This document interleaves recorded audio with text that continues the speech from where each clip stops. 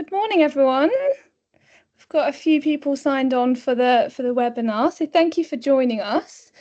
Welcome to our webinar on the future of work. We're really excited to explore this topic with you today. Quick introduction. So I'm Holly, one of the heads of HR at JourneyHR, and we are a people consultancy helping businesses, predominantly small and medium businesses, which are founder owned, create great places to work. My role today is to host the panel and to ask the lovely faces that you see here lots of questions in relation to the future of work. Before we dive into it, I am going to do a few little housekeeping points so everyone kind of knows how it's set up. So the panel is set up in a way where we actually can't see anyone, so we can just see each other. So if you do have any questions, and we really do encourage you to ask questions, we will have time at the end to cover those, and you can simply pop them in the Q&A section of today's webinar.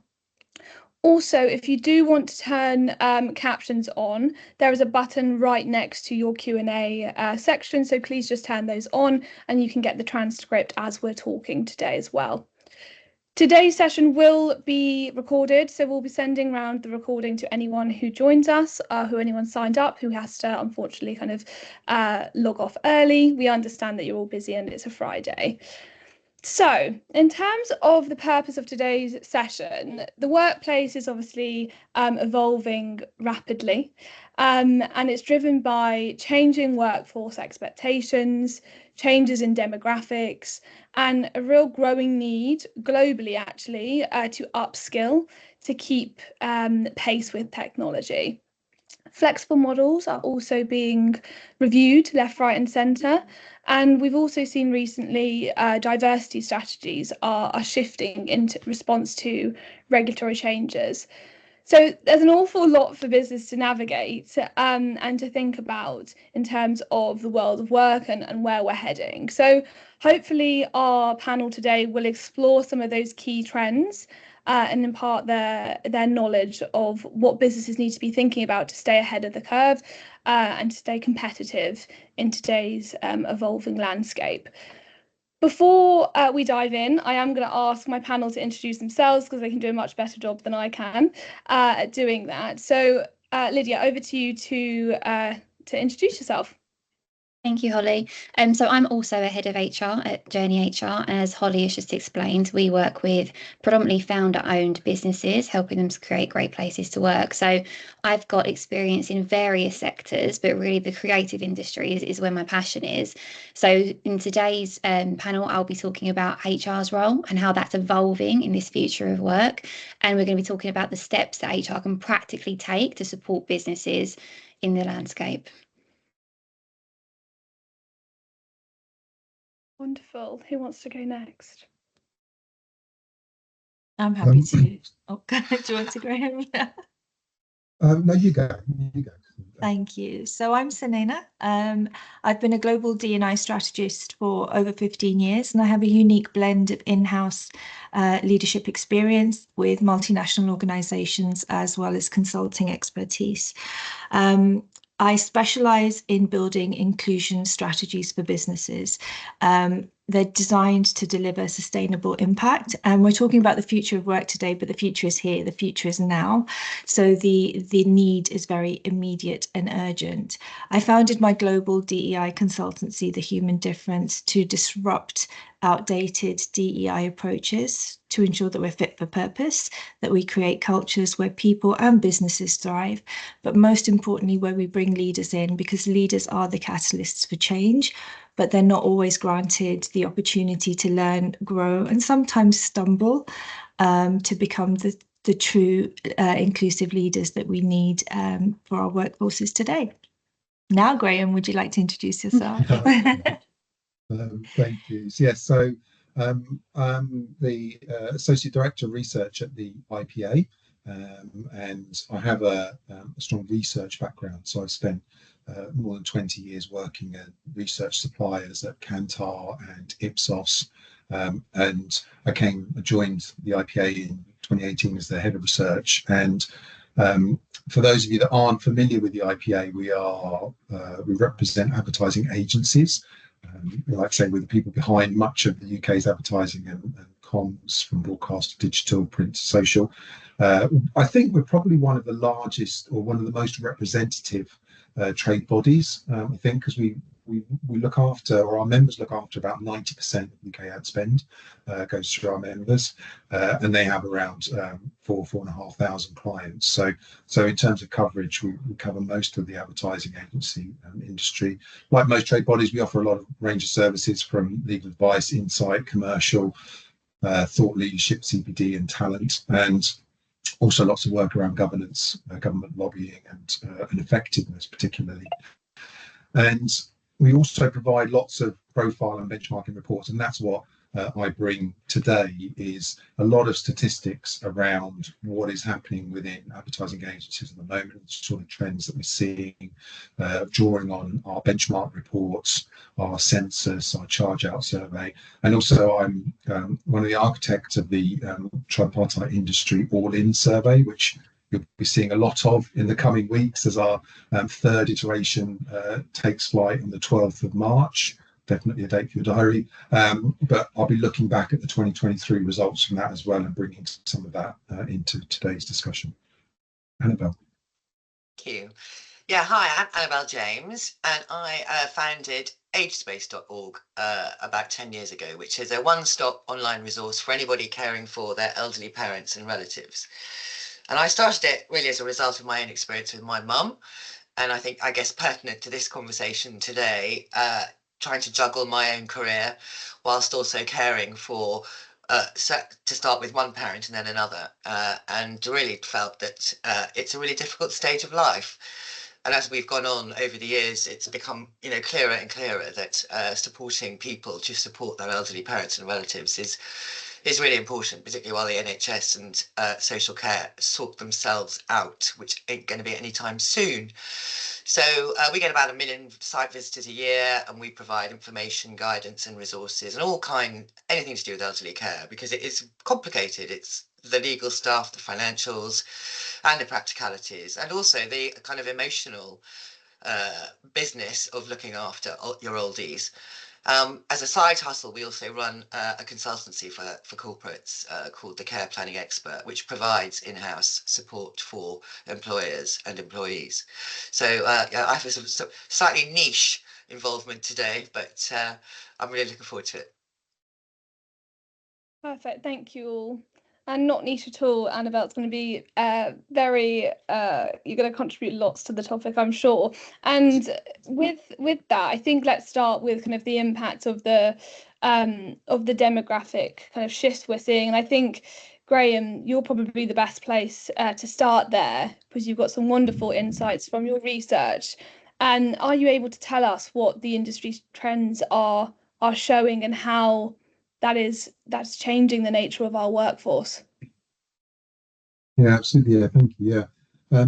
Well, so as I said, one of our main reports that we produce each year is our annual census, and that's been running since 1960. So it's a phenomenal set of data looking at the trends that run across advertising agencies and how those have changed over time. And we just produced our last report in January, so it gives us an incredibly rich picture of the structure of advertising agencies. And I'd probably say that we're, as an industry, we're probably facing a lot of similar challenges that other industries are facing, particularly around gender and ethnic representation across the industry.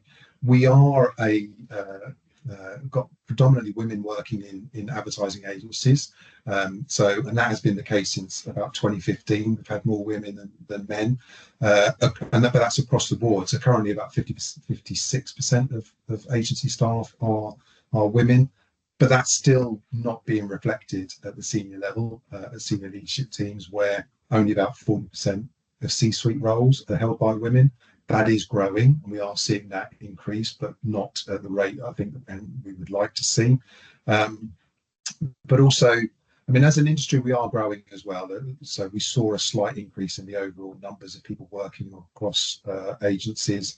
It grew very marginally. We're up to 26,700 ish working in advertising agencies. So So that's really positive. But our turnover was down as well last year, down to 21%, and that's a marked difference from the high that we saw post-pandemic of 32% annual turnover. So people are sticking around, which was really positive.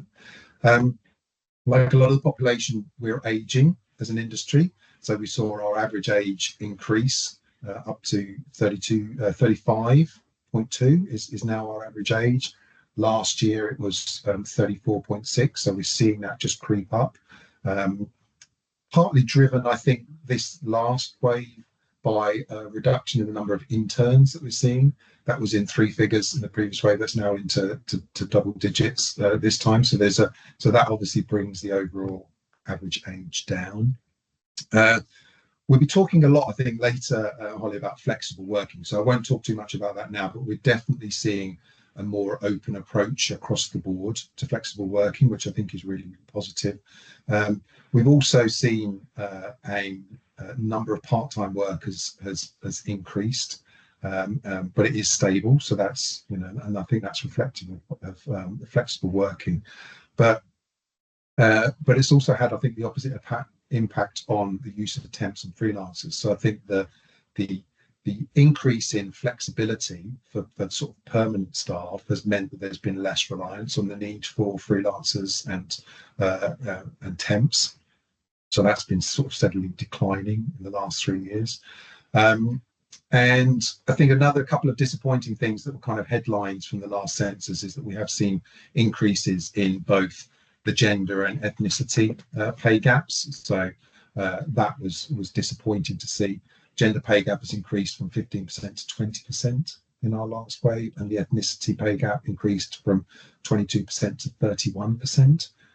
There's various reasons that we can go into, and it's a very nuanced thing around pay gaps. But I think if I look just at the data rather than sort of having any insight into speaking to people, the data seems to imply that there's been some movement in the middle levels that hasn't necessarily that people have been promoted but maybe haven't received those pay rises, and we're seeing a increase in the intake of junior women and ethnic minorities. So that also tends to bring the pay gap, increase the pay gap, because they're obviously at the lower stage. And as I said before, we're not necessarily seeing that movement at the top end that we'd like to see, but they're just assumptions. And lastly, just my last point before I hand over, is that the All-In study, as in 2023, said that 15% of people now in the workforce have some kind of caring responsibility, and I know we'll talk a little bit about that as well as we go through the session. And that, I think, again feeds into the increase in flexibility and hybrid working. So we will talk about that.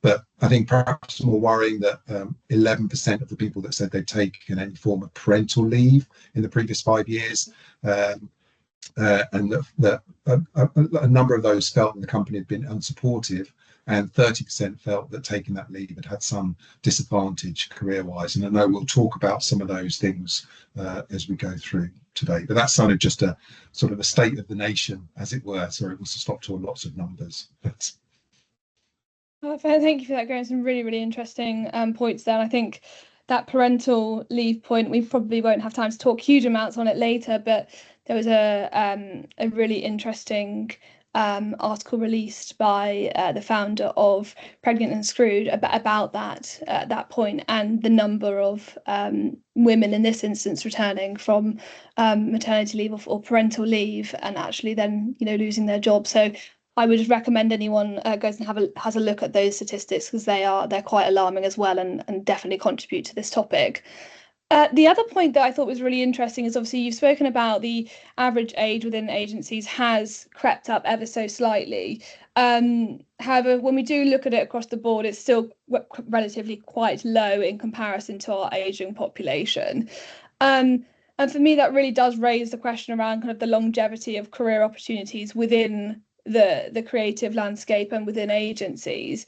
And I think that kind of leads on quite well to you, Annabelle, in that we are seeing that it's an aging population, people are having less children, and also that means that our talent pools are shrinking. So then people need to find ways to re-engage their older talent into their business, which is a huge problem for agencies if actually we don't have a huge amount of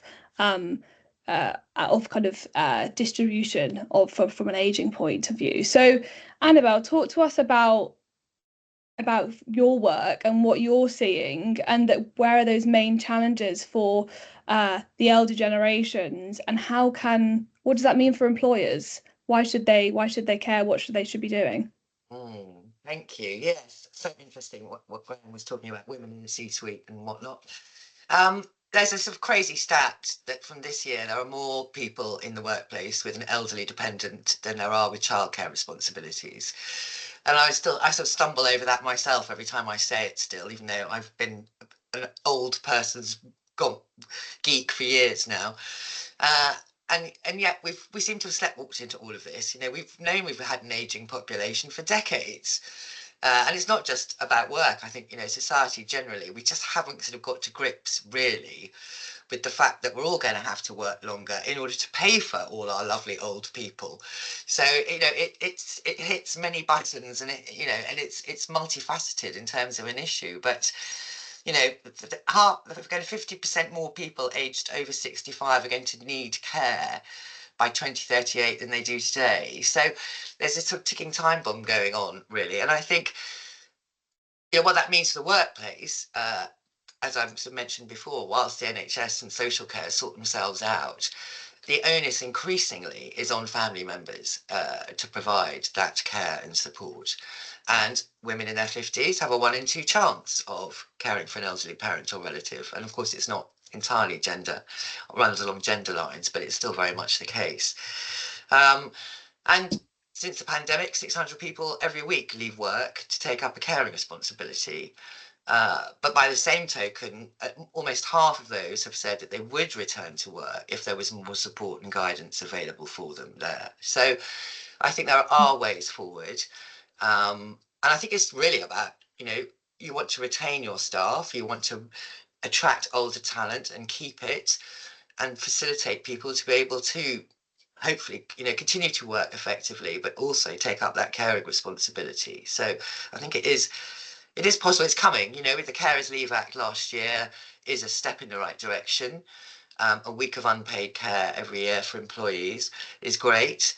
So we're starting, but I think we've got a long way to go. And I think some of this is just about the conversation. I think we're quite good at talking about childcare or maternity and paternity leave, or certainly better than we are about elderly care. But I think this has an importance on a business agenda that is, you know, we need to amplify it a lot more. I think about 10% of companies have a kind of actual policy in place to deal with sort of elderly care. So there's lots to be done. Definitely. And do you think you know, why businesses aren't ready or fully prepared? Do you think that is down to as you say, there is the carers leave already in place? There's probably more to be done. Do you think it's to do with the lack of recognition from the government and also the lack of awareness within businesses, like you said? Do you think that's the main contributor?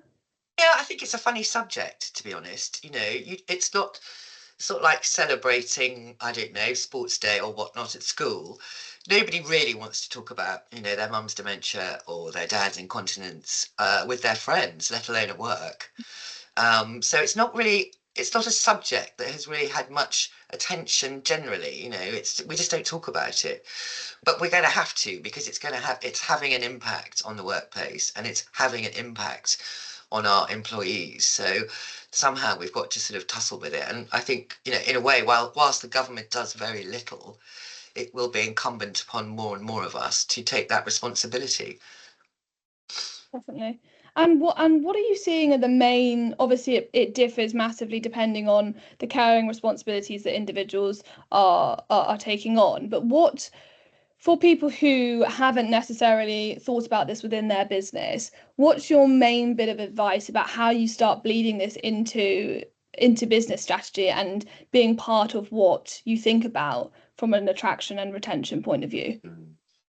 I think it's really about recognising that, you know, once people sort of get into their early 40s, it's likely to be an issue. So it should be part of the DNA, really, of every company. I think it's about conversations. It's about, we want you want to retain older workers. We have an aging workforce, so in a way it's sort of non-negotiable, I think.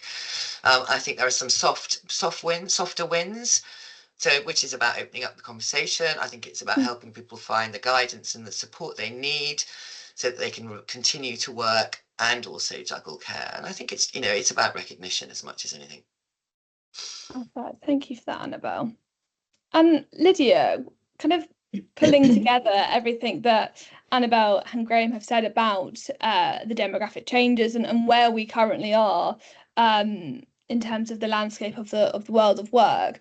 How do you see HR's role evolving to support employees and also ensuring that businesses can stay competitive with all these changes that they need to consider?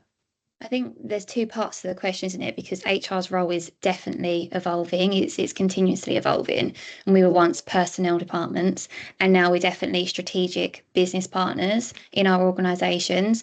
And we're not only just helping to shape the future of work, we are going to be the ones that have to drive that forward. So we're going to be looking at problem solving skills. We really need to make sure we're hot on that. We're analysing data and we're utilising it. But as Annabelle and Graeme have said, if we're looking at the demographics of the ageing population, predominantly at the moment, we need to make sure that as businesses, we are supporting people through life stage specific events. So that's not only going to be when people enter the workforce, but the entire employee life cycle, recognising that there are going to be big events in someone's life, and we need to make sure that our wellbeing strategies are looking at that and supporting people throughout that.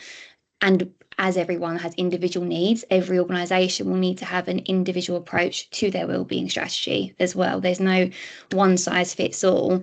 And to Graeme's point earlier, and we will touch on it, flexible working will be key, and understanding how that will support people at different stages of their life. People coming into the workforce will have a very different need and experience to those who are then maybe towards the end of their career or who have caring responsibilities. Aside from just the ageing population and HR's role evolving, there are going to be some key activities that we need to look at. So it's going to be things like employee experience and retention. How do we make sure that we're developing our engagement strategies to keep people retained, but also attracting talent as well? Strategic workforce planning will be key for us, and I'm sure we'll touch on that later and some tools we could use to go through that. But flexible working models will also be key. How do we design those policies so there's clear communication and expectations for people while still supporting employee perceptions? Amazing. Thank you for that, Lids. And I think all of you have somewhat mentioned flexibility as we've spoken through kind of the workforce demographic, and I don't think it's a topic that is fading anytime soon. Even this year, we've had big industry announcements about increasing time in the office. So hybrid working, I mean, what future does that hold? Hopefully it's here to stay. But Graeme, are you able to give us some insight? You touched on it very lightly before about where companies, what's the standard thinking from companies and employees? Are we at a stable point, or is there still tension in terms of employees and businesses navigating this topic? Yeah, I think we've settled down a little bit. I mean, I would say. I mean, but we're still definitely seeing this push-pull type situation within businesses where we're seeing this situation between senior management sort of diktats and teams, and we see that publicly pay out with WPP. But I think it's a bit unfair to single out WPP because other businesses have done what they've done. It's just that it was quite high profile the way that WPP went about it, and so they've received a lot of flack for that. But I don't think that's necessarily unusual. Although their approach, I think, to the 4 days is a little bit unusual, and certainly the data that we put out in our latest census would suggest that that 3 days is now really the norm. So about 2/3 of our members are on a 3 day a week in the office, and that the way that's structured does definitely vary. So there's no necessarily a set. It's not always a Tuesday, Wednesday, Thursday, or whatever. But it tends to be the sort of the 3 days. And it was only 55% were doing 3 days in the previous wave. So it's definitely moving more towards the office and moving. But I'd cross my fingers and hope we're settling on 3 days.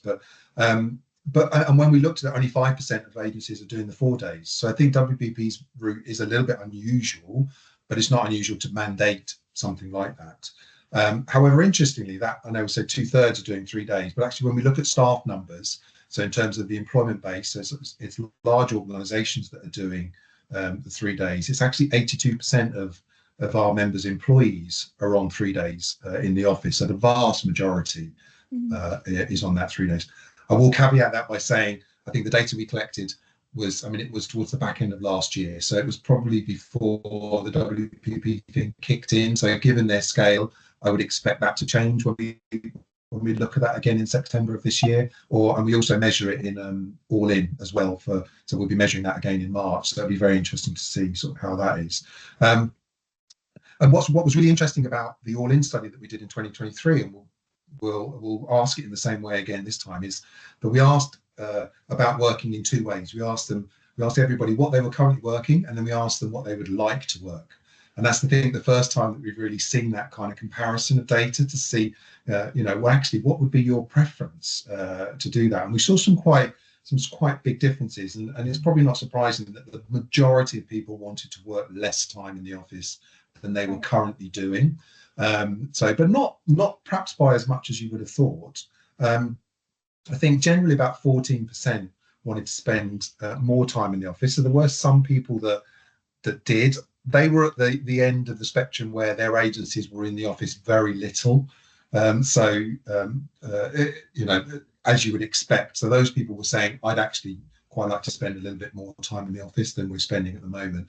But there was this interesting sort of middle ground, and there's clearly a balance, I think, for different businesses. And what else said? I think. So yeah, I think we definitely found there was a sweet spot, absolutely. And places with the biggest discrepancies are the ones that have those mandates. I think that are more top down. I think sort of anecdotally we saw that in working days in the office. And again, we'll be looking at this very, very closely. But I think my final point really on this is just to talk about those groups that want to spend less time in the office than they currently do. And there were some differences in demographics. So perhaps unsurprisingly, it was women generally that wanted to spend less time in the office than they were currently doing. And men wanted, so women about 16% less than they were doing, men about 10% less than they were doing. So that sort of discrepancy. And the only other group really notable about the biggest differences were juniors. So, and that's sort of slightly counterintuitive to what I think, particularly what I think maybe older workers think, is that junior people are missing out on the human interaction. And so it's good if they spend more time in the office. But I think that probably misses a little bit about the culture of people joining the industry now who are sort of demanding. And I know that probably Lydia and Holly will talk about this, in that there is more of a demand, I think, for people seeking more flexible working when they're joining businesses, and it almost becomes a requirement of what they want. Whereas so when we ask them, they are asking for less time in the office, which I think we'll all agree is not necessarily great for their learning and for their development, and that having face-to-face time is a vital part of people's development. So yeah, so that was an interesting take as well. That's really interesting, and I think that's a key question, isn't it? Flexibility is good for us as people, but I think there's a lot of people arguing out there or questioning how good is it for our career development, and hopefully, Liz, you can speak to that in a little bit. And I think the role of that middle manager, which often gets overlooked, is critical in that, in knowing how they're managing performance. Is it results or is it face-to-face value? Before we jump into that, Selena, I'm really interested in terms of your line of work. For many individuals and businesses that we've worked with. The general consensus is that hybrid working has been a real game changer for inclusion. I know there's other viewpoints out there which suggest otherwise, but I'd love to understand your view in if people are trying to create more structure around hybrid working, how do they do that but be mindful of not undoing any of the progress that they've made in relation to inclusion? So I'm going to touch, excuse me, on a couple of points that Graeme raised and you did, which are really important in this. You talk about the middle management, right? I tend to, have called them the frozen middle through no fault of their own. I mean, we are working in the most disruptive time globally, locally, nationally. It's all happening. And when we talk about Gen Z, I'm not surprised they want to work more flexibly away from the office environment, because this is the most disruptive time to start a career. None of us, I can quite comfortably say that those of us on this panel all entered the workforce in much more stable times. So I think the middle management layer have a lot to deal with. They're dealing with the disruption. There was no handbook to any leader or manager to deal with COVID and everything that's come since it. I think there's also pressure from the top to perform, because if we look at markets, if we look at economics, everything is going against the grain. So managers don't actually have time to manage their people. And I think there's a lot of managers who also haven't been brought into their roles and promoted into their positions, either with previous experience of managing individuals or teams, or with the support to set them up for success in this new role.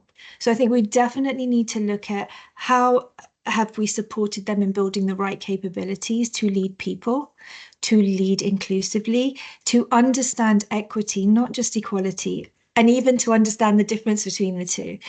I think that's really important. I think also we're talking about change management, and in any part of the business, when you do change management, you communicate. You bring everyone on the journey, all your stakeholders in, and to a degree you co-create. We're not doing that with our people. We're potentially sending out a message that was decided at the board or the exec level. So people are feeling done to, not done with. Now, if you're talking about inclusion, you need everybody at the table. You need all communities to be able to speak to and represent. Annabelle's perfect example. You know, the work that carers are doing hasn't been brought into the mainstream conversation for inclusion work. Why? Because no one's invited them. And also carers don't bring themselves forward because it's an everyday thing to them. It's not necessarily about shame or, discomfort. It's just they get on and they do it, and it's unseen work.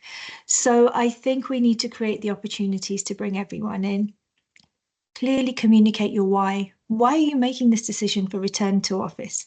What is the business benefit, and how will the workforce benefit from it? The number of times I've looked at a business strategy when I've been invited into a client's workplace to work with them, and there is no people component in the business strategy. Well, if I don't see myself in your business success, why should I be invested? What am I showing up for? So you need to really connect these agendas. And something quite interesting is, at the extremes of our populations, if we look at the generations, we've got 5 generations in the workplace, right? So more disruption. That's a lot of diversity to deal with. At the extreme ends, you've got our senior sort of exec level, more tenured individuals who are used to at desk quite rigid structures, which is why they cling on, and their solutioning is based on return to office more often than not. The other end, you've got Gen Z, right? Now, Gen Z are spicy. They're a fiery generation. They are not shy. They will air their opinion in a one-to-one, in a team setting, to the CEO, and then on TikTok. So they clearly will not hold back on how things are going for them. I want to share some data around a survey that EduBirdie did in the US, right? So this is the most diverse generation we are dealing with. So Gen Z in the US, the survey showed that 48% of Gen Z are non-white, 22% are LGBTQ+, 53% are neurodivergent, and 46% are active in activism of some sort, local or global. So when you design for this fiery generation that everyone's like, oh, Gen Z, you know, what do we do with them? You're actually designing for so much more of your population across the workforce, right? That is the key to inclusion, because they are unlocking so many conversations for other generations, other demographics that we perhaps haven't brought to the table in the right way. So a lot said there, but I think that would be a good start, is really look at change management, bring everybody on board, and really look at who Gen Z are, because there's a lot of benefit in designing for them, with them, that everyone will benefit from. Amazing. Thank you, Selena. One thing that you've mentioned there, which I imagine people on the call may be asking as well, is how do businesses balance the need of their business objectives and what they feel that they need to get output, and co-creating with this hugely diverse workforce that you're talking about, and knowing that you can't always have a decision that benefits absolutely everyone in every situation. I think that's something that is a huge blocker for a lot of clients that we speak to, is that they almost don't want to start that process because they feel that they're going to catch themselves out with not actually being able to answer all of the requests that everyone's asking for. So what would your advice there be? Yeah. So fear of getting it wrong isn't the reason not to do it. Number one, period. I think you also have to be very mindful of it, at least having diverse representation in your conversations around the table. Do not design for any community without that community there. And obviously, when you're talking about designing for diverse demographics, you're trying to encourage as much representation at the table. And you will also, if you design with an intersectional approach, you will also reach out to far more demographics than if you are just designing for women, or if you are just designing, you know, based on parents or only carers. You need to understand that we are not one-dimensional individuals. There is so much more to us and how we show up. And I think you need to be flexible. Why does everything have to be so rigid? And you need to also have opportunity in your strategies to recalibrate. You're not going to get it wrong right, excuse me. I hope you don't get it wrong. You're not going to get it right first time. But also partnering with the right people. You know, you bring in the best of the best consultants and experts to deal with all other areas of the business, right? And sometimes to an exhaustive state. Why aren't you doing that with well-being, mental health, DEI? All of this is important work. And if your people are happy, your people are productive, your people are performing, if they're engaged in their work, they're going to be creative and innovative, and the business wins. People aren't joining up the dots on that. They think that people being included and that sense of belonging is very separate from business success. It's not. It's everything to do with business success. Thank you, Selena. I think that rings really true on a lot of the topics that are trends. I don't like the word trends, but focuses for 2025 in terms of really going back to the basics, even from a well-being point of view. You're not going in with the frilly things that look nice and sound nice, but is it a core part of your culture? And if it's not, nothing that you do is going to necessarily stick. It's going to last for a little bit, and then it's going to slowly die out. So completely resonate with what you say there.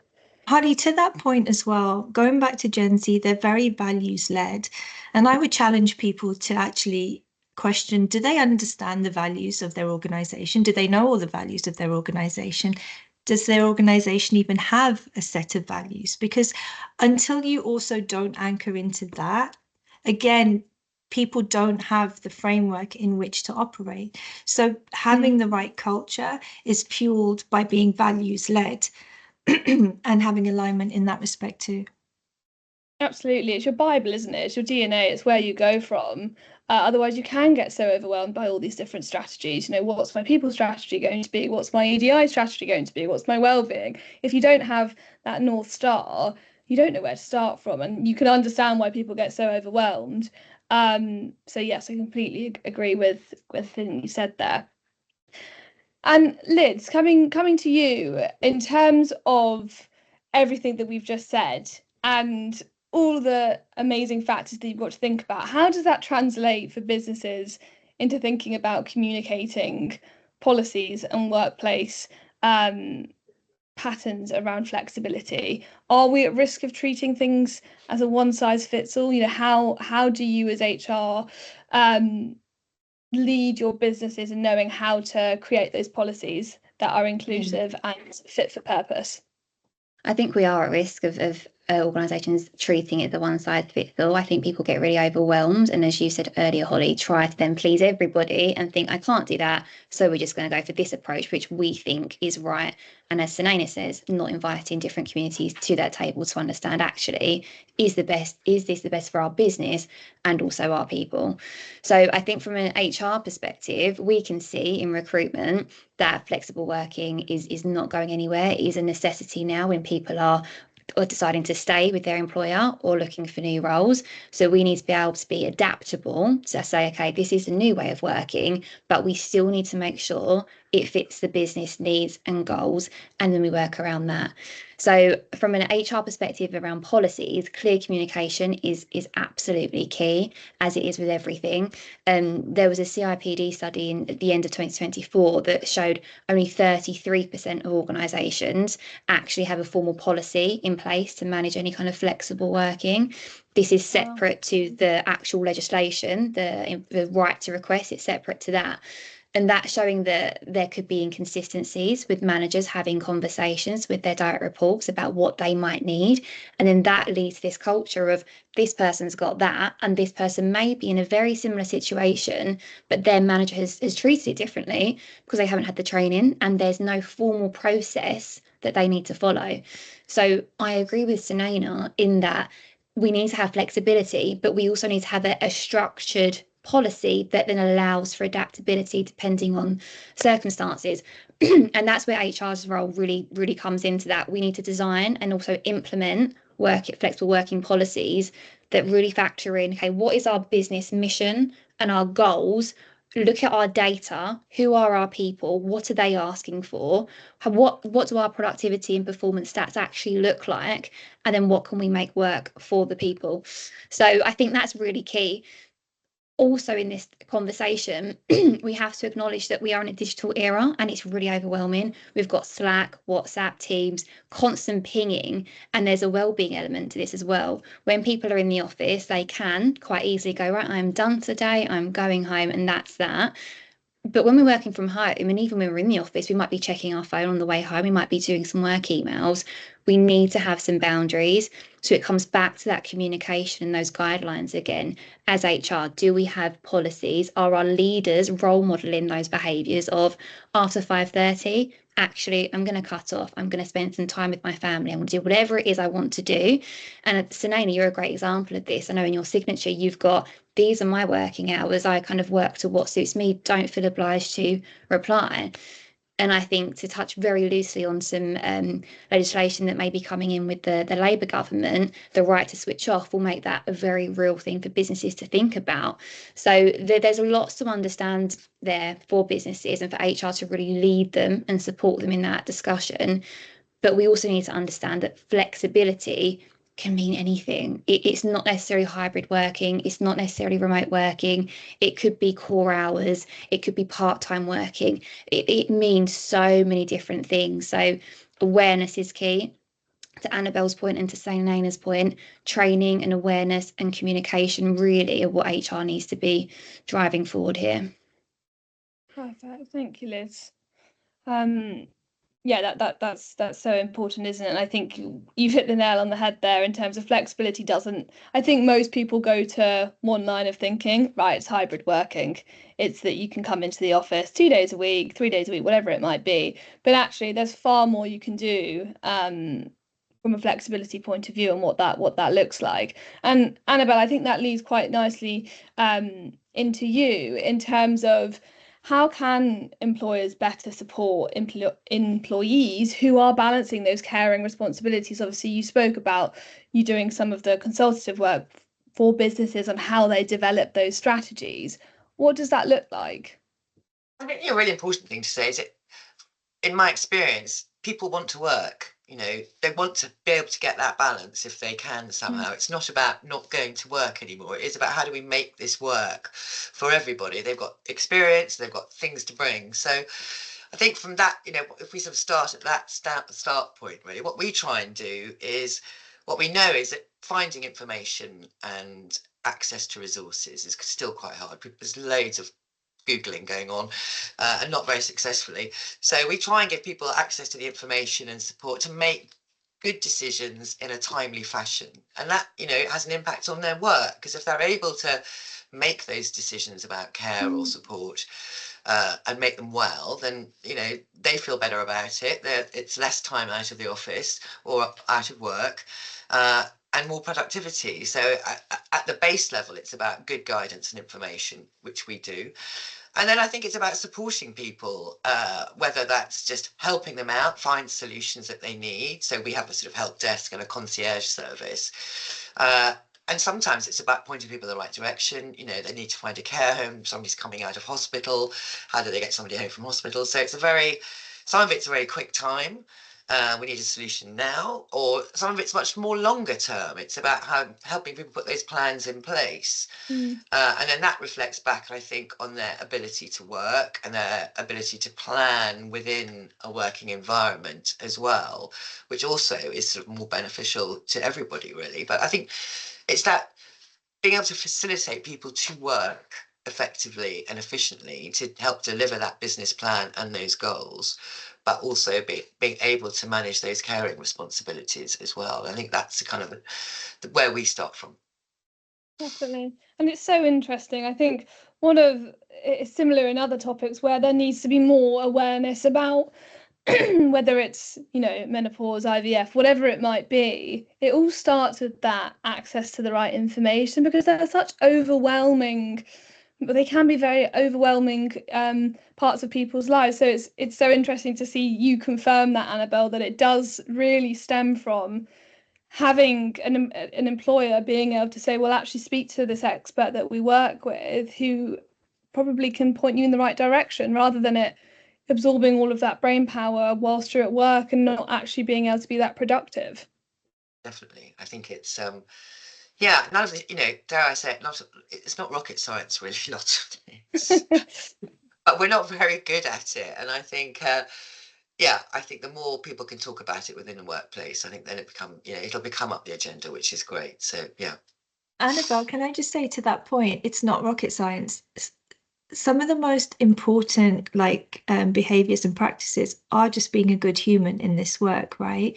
It doesn't have to be over-engineered. It's literally show up as a good, kind individual and treat others how you want to be treated. And that's why it feels like, it's overlooked, because people really underestimate the power of being that good human. Definitely. I agree. Yeah. I think we can get into the pattern of overthinking things, and as we say, then it means you don't do anything at all, which really just undoes everything, doesn't it? And coming to you, Selena, whilst we're on the topic of equity and inclusion, I think we can't go throughout the session without mentioning, obviously, the EDI rollback that obviously the US are facing. And I think it would be really helpful to get your view on what impact can we expect in the UK, if any, and how does that change the EDI landscape for 2025? What should people be thinking about? So I don't have a crystal ball yet, so I can't tell us. I mean, things are changing from day to day, right? Week to week, the headlines are different. So how will that show up here? I don't know. What I do want to say is, let's look at what's happening in the US and to try and bring some comfort to the situation, or some understanding, let's say. I don't at all mean to downplay the absolute trauma and fear that a lot of people are living as a result of the news and what's been going on and the decisions made in the US. But I think here we should remain calm, and there are some interventions that I can guide folks on today. But I think if we first look at what's happened, so in the US landscape currently is very politically fueled, right? These are not because DEI is bad. These decisions aren't coming out because this agenda is a complete failure and no one needs to do it. That is not what is being discussed here. They're very politically fueled. We also need to look at the voices that are speaking to the negative narrative around DEI. These are cisgender, heterosexual, white men of extreme privilege and power. Now, what DEI does is it is designed to dismantle the systems that put such power and privilege in place. So it does not suit them to have people who are working hard to build more equitable, more fair, and more just systems and cultures that bring everyone around the table. Because bringing everyone around the table inclusively and giving them a sense of belonging is a threat to the very few, the 1% at the top. So that is the breakdown from my perspective, from my understanding, from the very diverse inputs of knowledge and conversations that I have in my job. What do we need to do about that? I think we have a duty of care and responsibility to this agenda. So I think we need to hold our ground. I think we need to start getting more serious, less performative about this. So if you have a statement out about DEI, are you living to that? Who's holding you accountable? Right? Who's keeping you in check? You need to clean up. You need to invest in this agenda like you would any other business responsibility. Most organizations have one person and DEI is 20% of the day job, whatever that means anymore, because some people have like 10 lots of 20% roles and it just doesn't make mathematical sense. So you need investment, you need resources, you need to partner with the right people, right? For a very long time, DEI has been fueled by people who are extremely passionate about driving change, and there's nothing wrong with that. But you also need an expert at the table. You need someone who has strategic experience, someone who knows how to not just bring diversity and inclusion and belonging to the table and conversations about equity, but understands how to embed them into the business functions, embed them across the entire talent life cycle. This isn't a nice to have. This has got to be, I think Annabelle talked about DNA. This is your organization's DNA, because if you really mean it, that's how you should be showing up. And partnering again with the right experts will help bring in that complete next level of delivery. And I think what you also need to do is, this is a spicy one, DEI, it needs to report into the C-suite. You cannot have it sat embedded within HR somewhere. Nothing wrong with HR, but it needs its independence. It needs to be neutral, and it needs to have accountability at the highest level. So I think that's a really important aspect as well. So I think if we stay grounded, and I think, Lydia, you also mentioned data, right? Data is really important to gather and to analyze, but what about the impact data? So if you have been doing the work and you have made it a strategic impairment, then your impact data is also a story that needs to be told. And if we're all telling enough stories about how well this work is doing and the impact that we're making, then of course, why would we get rid of this agenda? And lastly, I would say your leaders. People seem to have forgotten their leaders, and everyone, I think probably since COVID, leaders have been blamed for everything going wrong on the people side of the business. They're making the wrong decisions. They're not making the decisions quick enough. But leaders were never given a playbook for the world that we live in and the last 3 years that we've been through. I also don't think they've been granted safe space that's judgment-free to learn and grow. So they've literally gone from business mindset, oh my gosh, now we have to do people and a lot of different people. What do I do? So I spend a lot of time working one-to-one. I don't even do group sessions, because that one-to-one space is probably the only space they can ask the questions that they would never be able to say out loud for fear of being called out for, again, fear of failure, right? That's a very real thing. So granting leaders even being proactive about going and finding that space where they can grow, learn, and even, explore those curiosities that they're so fearful of speaking to, and build their own DEI capability to then know how to lead as an inclusive leader fit for today. That makes sense. And for people on the call listening to all of that, I mean, it's all incredible. But how did they, if they wanted to start working with you, Selena, on this, what does that look like? How do you begin that journey with a business? So I do a cultural assessment, right? And this isn't beating anyone with the DEI stick. I don't do that. I just need to understand, where are we today? As would any expert of any profession, of any, if you had a decorator coming in for the house, they would want to assess what's going on and what work needs to be done.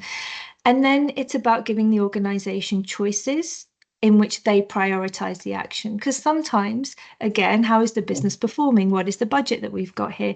Do we have resources that can support me through this work? Like, how much time do we have?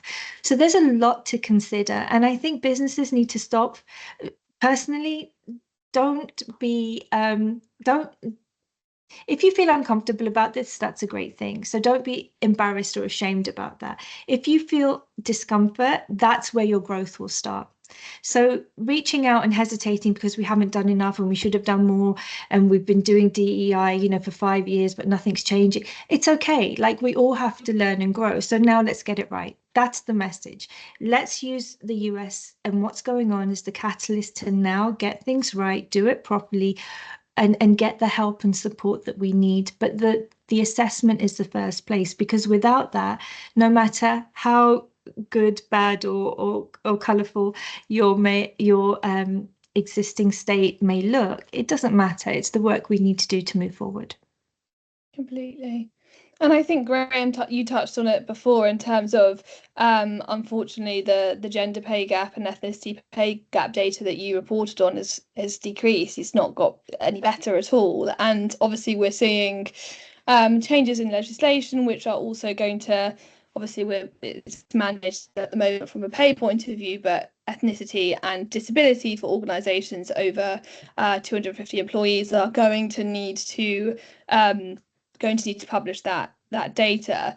I think we work with a lot of organisations who are under that and therefore don't necessarily feel that they want to investigate where they fall on that. And we really encourage businesses to actually get ahead of that, because we're all, regardless of what size business we are, we're all contributing to those gaps. And I think, Lydia, you can probably talk more to our advice with our agencies and our clients that we work with in terms of how you enter into that. Yeah, absolutely. And I think I'm going to come back to data again. It's kind of a key theme throughout all of this for me, because if we've got the data, regardless of the size of our organisation, we should be looking at it, because it will help us make informed decisions. If we can see we may be a 30 headcount business, but there is an issue here in our pay gap, whether that's gender, ethnicity, disability, we need to take actions to better that. It shouldn't have to be that it's a compliance issue for us to be interested in it in the first place. We have lots of tools to be able to do it. And we do have clients that we work with who are very small, but they want to know because they care, and they will then put in place the actions that we recommend to close that gap. And I think, Graeme, as well, it might be a piece for you, but the data you shared earlier around the women in C-suite, how do we make that less and less, and people returning to work? I know there was data on it, I think it was last year, Graeme, that you shared, but returning mothers only stay for a certain period of time. And why is that? Are we offering them enough support and flexibility again there? So I think really we need to be utilising that data. There are tools we can use now really that can do that very quickly for us. We have a model that we use internally which is really good at helping us assess that for our clients, that we would always recommend. Don't get to that headcount, let's start now so we know what we're working with. I would just say as well, for our sorry, Holly, I was just going to add that the data we collect around salaries in particular, we still only get probably data from about half of our members that complete the census around their salary information that we can then report on to give the pay gaps. So there's still, even now, even with us, and we're not the government obviously, and we do ask for it in a very simplified way to the government. So it's not, our pay gaps are not directly comparable to the government figures, because it's a lot more straightforward the way that we do go about it. So we try and keep it simple, but even then we're still only getting salary data from about 50% of those contributors to the census in order for us to be able to calculate the pay gap. So and that's really for gender. I mean, it's worse for ethnicity as well, to be honest, because I mean, admittedly, we've seen an increase in the number of agencies that are collecting and storing ethnicity data. We still get hit with the GDPR card of, oh no, we can't collect that, we can't do that for various ridiculous reasons that we try and help people overcome and say, this is not a GDPR issue, but if you don't collect it and report it to us, we can't report it, and therefore we can't do anything about it. It's so fundamental as step one in the whole process of knowing where we're at. So we try and work with members to help them with questioning and how they approach internally these topics, so that they can at least start to record that information. So there's still a way to go, but it is. And you talked about senior leadership as well. We've got great programs like Stepping into the Spotlight at the IPA, where we are trying to push middle to senior middle managing women up to senior levels. So there are some programs on, but it's just still very, very difficult. Yeah, definitely. Well, thank you for all those insights. For the purpose of time, I'm gonna move us on to a different area, which I think contributes massively to the future of work, and that's really talking about skills and kind of talent mapping as well. There was a Future of Jobs report done this year, which highlighted that the talent shortage and skill gap really remains a global challenge. And however, it has dipped for the first time since 2014. It's now sitting at 76% of employers are finding it difficult to find the right talent with the right skill sets, as opposed to 80%. And unsurprisingly, one of the main skill sets that came out of this report, which is going to be required by 2030, is a key knowledge surrounding AI and big data. So we've all spoken about data throughout the entire session, but that's the one most in demand. And I think that the other really key finding was that employers worldwide, which I think, Graeme, you can speak to in a little bit, are really calling out for the governments to boost talent pipelines. What are the governments doing to kind of upskill? And obviously here in the UK, we have the apprenticeship levy, which we don't necessarily use to the best of our ability. So Graeme, you can definitely kind of impart some insights for us on that. But Lydia, let's start with you in terms of how are you seeing businesses prepare themselves for the skills shortages or the skills gap that we're trying to fill to keep up with the pace of technology? I think we're seeing it throughout all of our clients in some capacity. So enlighten us. Yeah, absolutely. And I think just for those on the call who may not understand what we're saying about skills gaps, but we're essentially talking about areas where a person may lack the knowledge or the skill set to then perform that duty, which is going to be critical for the growth of the business, or a critical task they need to complete. So we have kind of hard skills and soft skills. And something we've seen in so many reports over the last few years is that soft skills are going to be in demand because people are going to be wanting more empathy-led leadership, for example. But our hard skills are going to be the technology and the AI that Holly just spoke to. So a lot of the businesses we work with and what we have seen people trying to prepare for this is doing their talent mapping and workforce planning, upskilling and reskilling their workforce, and equally targeting new talent pools as well. So really, if we think about workforce planning to begin with, that's focusing on your current employee base and understanding where the gaps are, where they are performing. It's much more short term. So it's just focused on that. And we can say, okay, we now need to know that we need to develop this training to help our employees get to this, because the future demands of our agency or organisation look like this. It's future-proofing your current workforce, but as I say, it's shorter term. But offering those training and development opportunities is vital to retention. So it's something that businesses should be doing.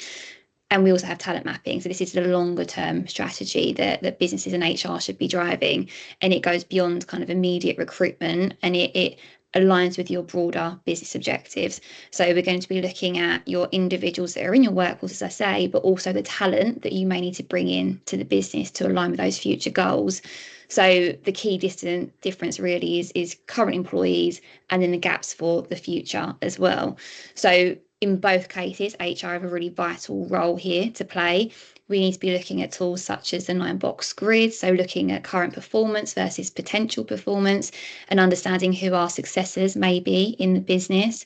There's skills matrix, there's competency frameworks, which are also really important in this new age of working, because we need to go beyond just a person's technical ability. What are the values and behaviours they're portraying? Are they kind of displaying those leadership qualities that we want in the future of our workforce? And we need to be benchmarking as well. So benchmarking against other agencies and businesses in the landscape. So there's a lot that HR could be doing here, but what we really can see is we're going to have to balance that digital era of work and the human connection, because that needs to remain at the heart of it all. Definitely. And you spoke about L&D, Lids, and I think I don't have any statistics on it, so Graeme, do jump in if you have any. But I know there's a common trend that from the pandemic, L&D budgets were massively reduced, and they haven't necessarily had that reinvestment. So we're almost at this juxtaposition, this kind of balance where there is a skill gap and learning inequality problem going on in the UK and globally, yet L&D isn't being invested in within workplaces. What's your view on that? And Graeme, you can probably speak to this as well. Well, absolutely, and it's a really sad irony that we have this apprenticeship levy, which is an enormous amount of money that is just going unspent. And as you say, you've got L&D budgets shrinking, while at the same time companies are paying enormous amounts of money into the apprenticeship levy and not taking that money out. I mean, just to give you an idea of the scale that we just reported on, you've got last year our agencies paid in over £7 million into the apprenticeship levy, and 78% of that was unspent. So wow. About £5.6 million went unspent. And there are lots of reasons why that is. I mean, mainly because of the way the apprenticeship levy was set up and the barriers that were put in place by the previous government about how you draw down that levy and how you use that levy, and the restrictions about the types of organisations that can administer apprenticeship certified training. It's very, very restrictive. So we are absolutely working with the government to lobby about changes to that. We're hearing very good noises about how they're going to adapt that, the levy approach. And some of the most positive stories I hear about are businesses that are recognising that money can be used for existing staff. It doesn't have to be used for apprentices. It can be used to train very senior and very middle and junior staff on apprenticeship style training, as long as you're clever about how you do that. So we're very much pushing that as well, about making use of that for existing staff. And when I look at the number of vacancies, all of the vacancies that we see at the moment are around that manager to junior level. So around 60% of the vacancies that currently exist within advertising agencies are either manager level or junior exec level. So there is clearly a demand for that position, those positions, and it's about upskilling the people and making sure. And if you're moving people from junior to manager, I think as you said to me, it's that middle management level. It's skilling those people up and giving them that training. And so certainly from a levy perspective, let's use that money, because there's an enormous amount of money on the table there. Definitely. And I think the number of courses that are available as well, I think that's also massively misunderstood, isn't it? I think there's still a real misconception that it's entry level, it's people who are wanting to just enter into the workforce, but there's an awful lot of qualifications that you can even get via that. I got my CIPD via the apprenticeship levy back in the day. So there are things like that which I think there needs to be far more awareness in how you can use it. And just to add to your point there, Holly, I've seen quite a few organisations take this up, but there is an AI consultant course that a few apprenticeship providers are offering, and that is for existing staff, maybe more in leadership or managerial roles, so they can then harness those skills. It's over 18 months or so, but again, it's to your point, Graeme, it's existing staff, it's not entry level, it's going to be skills that people need in this new era of work, so people should be taking advantage of it. Definitely. And in terms of the skill sets that you're seeing, Lids, in businesses, that people are not necessarily lacking, but there's that a continued need to grow. What is your entry point of advice for those organisations who probably feel, after hearing you talk about 9-box grid, workforce planning, wonderful if you know what those things are, but where do you begin as an organisation if you don't necessarily have an HR team, or you haven't embarked on any of these kind of workforce planning strategies before? What's that entry point to make it really, really tangible? Yeah, I think a good place to start, if we look at the workforce planning, is to talk to our people. So we can do a very, very simple survey almost of asking people, what skills do you think you don't have? What do you think your co-workers, your manager might be lacking at the moment? And what do you think we might need for the future of success? What do you feel the gaps are? And it talks to Selena's points brilliantly, doesn't it? It brings the communities in, it brings people in, and we know, okay, actually, people are lacking this area of support. Can we then invest in upskilling people, or actually is that a role we need to invest and bring into the business? So I think that would be a great first step, because agree to your point, I think hearing things like 9-box grid will sound quite technical, and if you've got a HR team, you work with us, then brilliant, we'll support you through that process. But really asking your people to begin with, what do you think is lacking? What is stopping you from maybe doing your job or your future desired job at the moment? What is that area? And then we can look at it that way.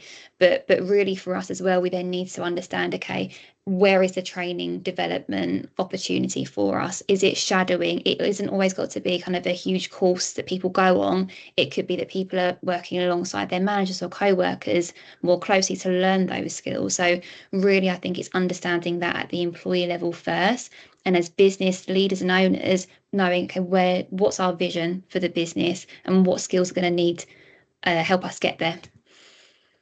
Amazing. Thanks, Liz. And I think as we kind of bring the session to a close, and we kind of go to any Q&As, I think for me, one of the key things that has run through all of these topics, we've obviously covered an awful lot, which is amazing, but it goes to show the extent of which businesses need to think about nowadays. The running theme for me is really that continuous listening piece. And it seems to be like we're in a place where businesses really need to take stock of where are they at with their people, with the demographics. How does that compare to actually the reality of the talent pools that we have available to dip into? And does that mean we need to change our attraction strategies, or how we're thinking about attracting talent into our businesses? Same with all the wonderful points that you said, Selena, from an EDI point, really taking stock of where you are, bringing those communities with you.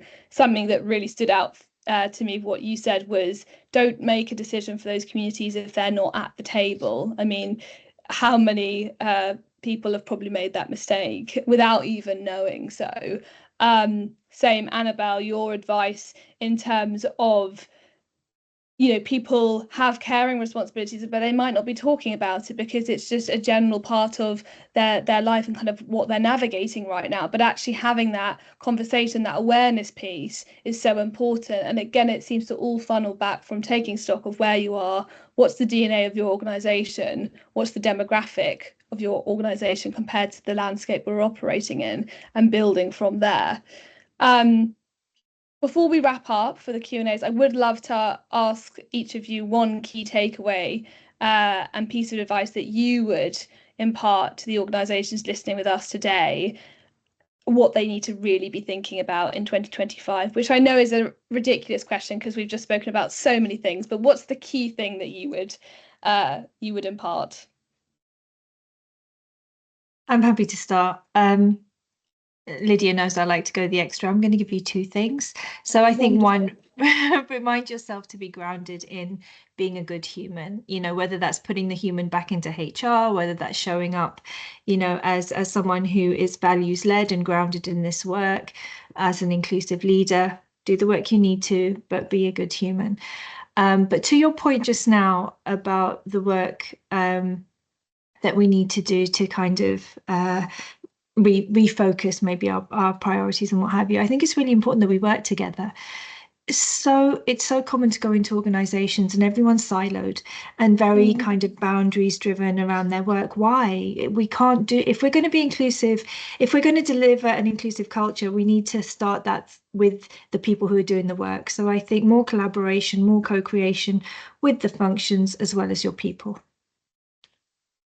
Thanks, Selena. I think mine would lead nicely on from that. I think mine is that data is going to lead us forward, but we need to remember that there's the human at the heart of that, and that really is going to be HR's evolution as well, making sure that we are working with technology because we're going to need to, but we do remember that human connection at the centre of it. Yeah, I think I'd say just because you can't hear it doesn't mean it's not going on really. So I think it is about opening up that conversation. And I think it's also about recognizing that, whatever's going on in somebody's own life will have an impact on the people around them, on their teams, within their organization. So it isn't just an individual concern or issue. It has a much broader appeal, I think, as well. Definitely. And I think your angle, Annabelle, it's going to, whether people recognise it within their organisations or not at the moment, based on their age distribution, the statistics and the way that the UK population is going, at some point that's going to catch up with them. So why not engage in that conversation now? Absolutely. Don't do what I did. Get ahead of the curve. Graeme, last but not least. Yeah. So for me, and I'm going to sort of go with Selena and say I've got sort of 2 that are sort of linked, but they do follow on from what you've been saying as well. And the first one is definitely about dialogue. I know we talked a lot about that, and it's about making sure that we all keep talking and listening. And I think, as I said before, I think there's evidence that something like flexible working particularly really does work best when it's tailored to specific teams. So that's about dialogue, and it's about listening to what the requirements of that team are. And we talked a lot about that. You talked about that frozen middle. I think it really epitomises the individuals that are so well placed to make these kind of decisions for their teams. They're the ones that are leading those small groups of people, and they understand them the best. Stop doing this sort of top-down dictating for a company wide, and listen to the individual people and let the teams talk. So that's sort of the first thing. And then the second one sort of leads into that really, because it's just a plea to the entire industry to not roll back on hybrid working and to keep pushing forward with flexible working. And I know, there seems to be some moves for that, but I think it's actually one of the very few positives that came out of the pandemic was a move into more hybrid working. And we know that and flexible working, it brings so many more opportunities to so many different people and so many different groups that have been sort of excluded from careers and career paths in the past, and their careers have been hampered by the restrictions placed on having to be in the office 5 days a week. So, and that's not just parents or people with disabilities, but it's as Annabelle's been talking about, it's people with caring stuff, it's other life impacting conditions. And, we need these people in our industry, and, there's some great talent that is being able to be welcomed back into the industry that has been excluded before. So let's not roll that back. Let's keep pushing forward and see this as now the absolute normal. Definitely, that would be such a crying shame, wouldn't it? Well, thank you all of the panelists. You've been absolutely wonderful, and mentioned some amazing things for the listeners to take away and discuss in their businesses. We've got 2 questions at the moment. First one, I don't know whether anyone has this knowledge, is about the WPP decision and the discussion on going 4 days a week, and whether we spoke about co-creation. Does anyone on the panel know whether they did co-create in that kind of decision to change that within their workforce? And does anyone know whether it has had an effect on their retention of staff to date? It might not be something that we all have internal knowledge of. I'm not. I mean, I can talk broadly around it. I can't talk about specifics, but I know I've certainly got a sense that it was a US-led thing. It wasn't a UK-led thing. So you know, it's a policy that came out of the US, really. So how much co-creation went on, I don't know. And I think anecdotally, I think it's had the sort of impact that we've publicly seen. There's been a backlash internally. You know, it's not great for morale. I think only time will tell. It's still in early days about its actual implementation. So we will see. And as I've said, we've got a lot of studies ourselves that we look at this stuff. So we will see that play out in our own data later this year, after the all-in census, and when we do our own census in September. So we'll see how people are reacting to that. All-in is a great barometer because it doesn't just look at what you're doing, what your work is. There's an enormous raft of stuff around how you feel about the place that you work at. So it'll be really interesting to see how that comes out as well. So time will tell, I think. Amazing. And on the all-in census, Graeme, you said it was launching on the 12th of March. When can people access the results and the data from that? Is there a date, or does that typically depend? Yeah, I mean, we actually keep the fieldwork open for a little while. So it's the 12th of March is our focus day, when we try and do a stop the clock and everybody gets in to do the questionnaire, but it will be open for a little bit longer. So we're likely to see the results probably in April, May time. And I think there's actually a launch event that the AA has got scheduled. I'm sorry, I don't have the date for me at the moment, but there's a launch event that's already in the diaries. Amazing. Anyone else have any comments on that question? Otherwise, I'll move on to the next question. Perfect. So the next question is around opening up to taboo topics within the workplace, like we've spoken about caring for elderly relatives. How do you make people feel psychologically safe at work right now, when the cultural context and role of EDI is creating fear amongst talent? It's a big question. I was going to try and collaborate with you on it, actually. So cool. Should we have a go? I think we'll have a go. It is a big question. I think there's different elements to it, but one of the things is we're coming back to that communication, making sure there is open dialogue within teams. Managers need to be trained onto how to have sensitive conversations, because this is going to be through one-to-ones. It's not going to be someone raising their hand in a team meeting. It's going to be in those intimate conversations and creating those forums for people to share. So if it's not going to be in person, we need to have a digital option as well. So I think a lot of this is going to be coming down to our managers and making sure we have open communication and a feedback culture in our work. But I know, Selena, you'll probably add more to that from a DEI perspective. Yeah, I think it is that the conversations are led and guided by the right people. So if you have managers equipped with the right capabilities, but also who are role modeling, right? I'm not going to trust someone who I know isn't showing up as a good version of their authentic selves. You don't need to be completely authentic, because that's a whole different ballgame, but you know, a good, healthy version of themselves. Not everyone is role modeling that. So if I don't see it, I'm not going to trust it with having difficult or brave conversations. And that runs along every aspect of managing talent, right? Whether it's performance related, whether it's conflict in the workplace, you need psychological safety. And as I said, for everybody, for leaders, for someone who's joined 5 minutes ago. I think this also speaks a lot, again, and I'm not shamelessly plugging, but if it works, let's do it. But have the right experts, right? So bring the right people in to nurture those conversations too. Lydia and I have worked together. And so there's proof in the pudding that if you have an independent person coming in, your people are more likely to speak to them. And even the way that the communications to invite people into safe space conversations with an external facilitator will read and sound different to your organizational voice, which will mean that your people will understand this is a environment I am going to be curious about and may actually trust. So I think independence is really, really important as well.